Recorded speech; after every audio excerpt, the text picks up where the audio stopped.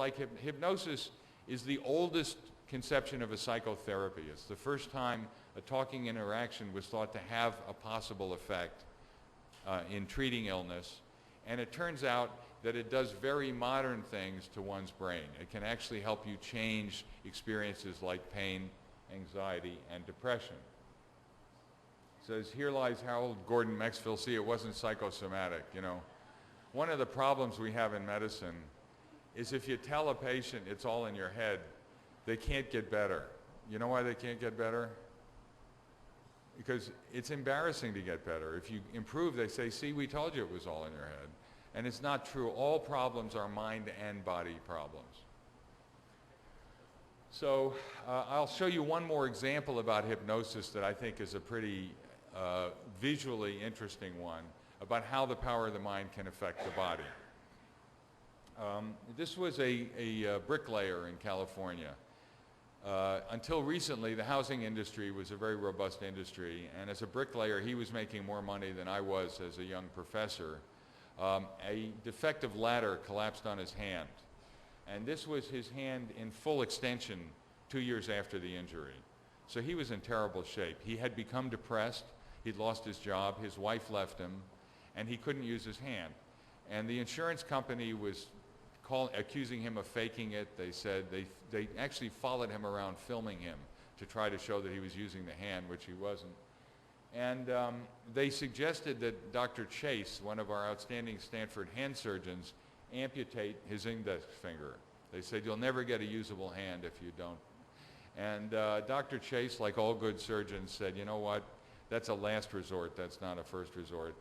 He said, are you willing to see anybody? And Joe said yes. He said, even a psychiatrist. Now, he was pushing him here. And Joe said, sure. He said, even one who does hypnosis. And he said, I'll try anything. So I saw him, and he'd been told that this hand was a fist, that he was making a fist because he was angry at his employer for giving him a bad ladder. And he said to me, I know I'm angry at my employer. That's not the problem. And I said, well, you know what? You have weakness in your hand, you have bad circulation in your hand, you have muscle atrophy in your forearm, your muscles are weaker. What you need is a program of rehabilitation. I don't care why your hand is this way, I'm going to teach you how to make it better. So I hypnotized him and told him, you're going to have tremors in your hand. And he sat in my office for a half an hour with his hand shaking like this. Sweat was coming down his forehead. I thought, this is not somebody who isn't motivated to get better. Twice a day, he would practice this exercise, and at the end of 3 months, he had full extension of all the fingers of his hand, except for the one that had originally been broken. And Dr. Chase put a dynamic splint here. It's a splint with a spring on it. And by the end of a year, he had full use of the hand. He came in with a 35-pound brick, and the secretary was afraid he was going to throw it through the window or something. He put it on my desk and put his union card on top of it for me to sign it, that now 3.5 years after the injury, he could go back to work. And I signed it, and the insurance company didn't believe he was actually better, so they wouldn't let him. He had to go to court to get the right to go back to work. So there are two final follow-up things. Number one, he is now back at work as a contractor, and once again, he's making more money than I am, which is a good thing. Number two, when I'd bring him to the medical students to show them what we'd done, and he would get impatient, you know, because I would talk on about it. And he said, Doctor, when do I get to show the students what I did? And so for those of you who have the idea that hypnosis is taking away control, that's not right. Hypnosis gives people control. It teaches them how to gain more control over their body, just the way Joe did here. And now he could make a real fist if he wanted to, but he didn't. It says the way we treat a headache here is to divert your attention to something else. That's what they do at the University of California in San Francisco, not at Stanford. So for any of you who are interested in learning more about hypnosis, my father and I have written this book, Trance and Treatment, Clinical Uses of Hypnosis, and it describes the phenomenon, how to assess it, how do you treat a variety of conditions. He's saying, what happened here, Sergeant? He says it's a placebo overdose. We're pretty sure he only thinks he's dead. So I'd like to turn now to other more severe chronic stressors like cancer, their interaction with depression, and what we can do to help people, what some of the principles are other than hypnosis to help people cope with those stressors. But before I do that, are there any questions about the hypnosis, any issues you'd like to clarify before I move on to the other? We will have time for a discussion at the end, but if there are, this would be a good time. Okay. Yes. Can we get the microphone to her? There is a, let's, When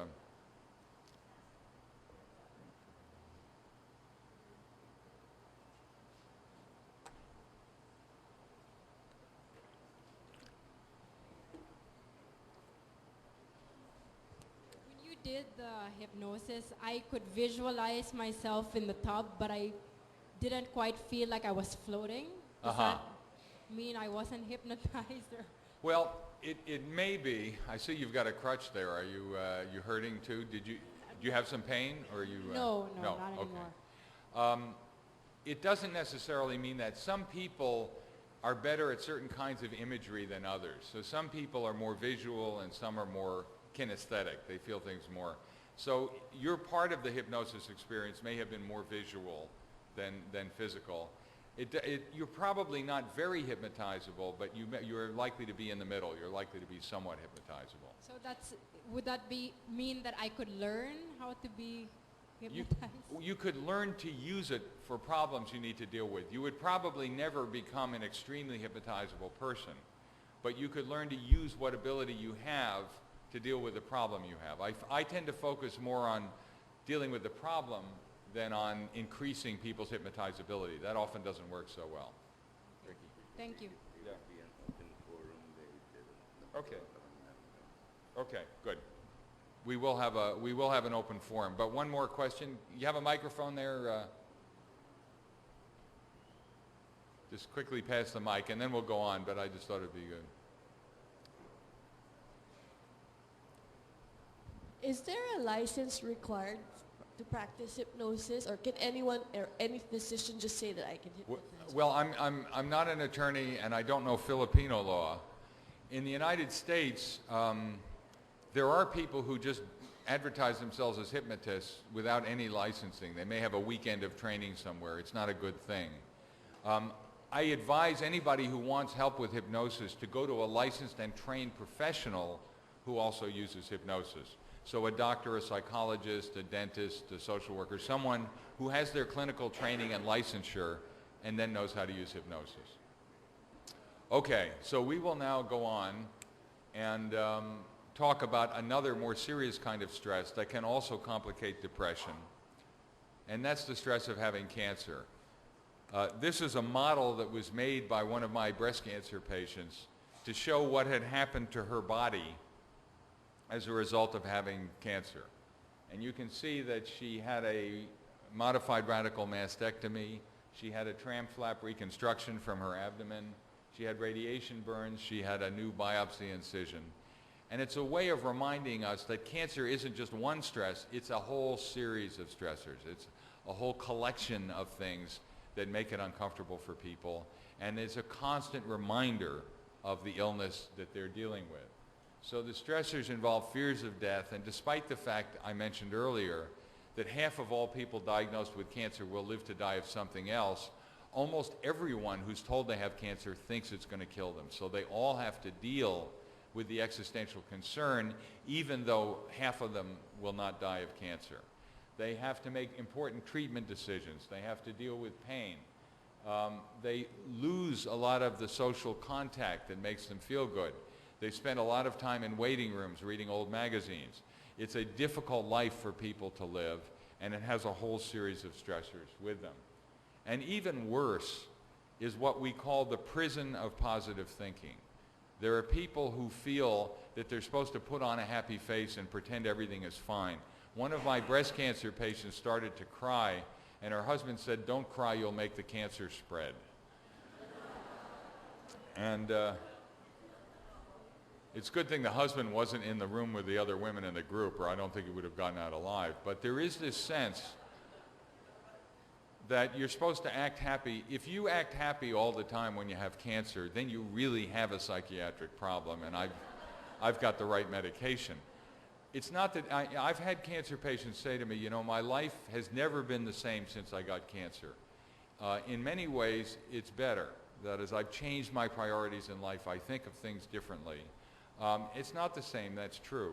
But you don't have to put on a happy face all the time. That has the effect of blaming people. It's not bad enough to have cancer. Now you're supposed to blame yourself for giving yourself cancer. And one of the banes of my existence is that my last name is only one letter different from Bernie Speigel, a Yale surgeon who has written books that I'm sure have been read here, like Love, Medicine, and Miracles, that teach people that they get cancer because they have some emotional need for it. And if they just get rid of the need, they'll get rid of the cancer. And that's just nonsense. It's just not true. So it's bad enough to have cancer. You don't also need to feel guilty about having cancer. And that's one of the problems with the pop psychology viewpoints. This is the way one Dutch breast cancer patient was facing her cancer, represented by the sun here.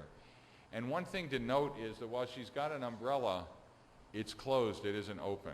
So she isn't trying to shield herself from the impact of it emotionally. And I think that's a very important lesson about how to handle the stress of having cancer. We find that a substantial number of cancer patients have symptoms like the symptoms you see in people after a sexual assault or an automobile accident. That many of them have severe anxiety disorders, not all of them by any means, but they need help in dealing with the emotional effects of a diagnosis of cancer. There is in fact evidence that having an adverse life event can actually increase your risk of getting breast cancer. Now, this doesn't mean having a bad attitude about it. It means if you've lost a spouse or a loved one, your risk of having cancer can increase. Not all studies show this, but enough do that it's a concern. So things that happen to our stress response system can affect our risk with cancer. In a study we did recently, we found that those women who had a history of a major traumatic stress in their life, childhood sexual or physical abuse, for example, had a much shorter time from their first diagnosis of breast cancer to recurrence of the breast cancer than those who had no stress history at all. And so it suggests that serious stressors in life can change the way your body responds to new stressors and can have an effect on the progression of cancer. Now, this represents one breast cancer patient's image of her depression. And depression is a common problem among cancer patients, and as we know, it's a common problem among people who don't have cancer. About 3 to 4% of the general population have major depression. They feel hopeless, helpless, and worthless. They think about suicide. They have difficulty distinguishing the bad from the good.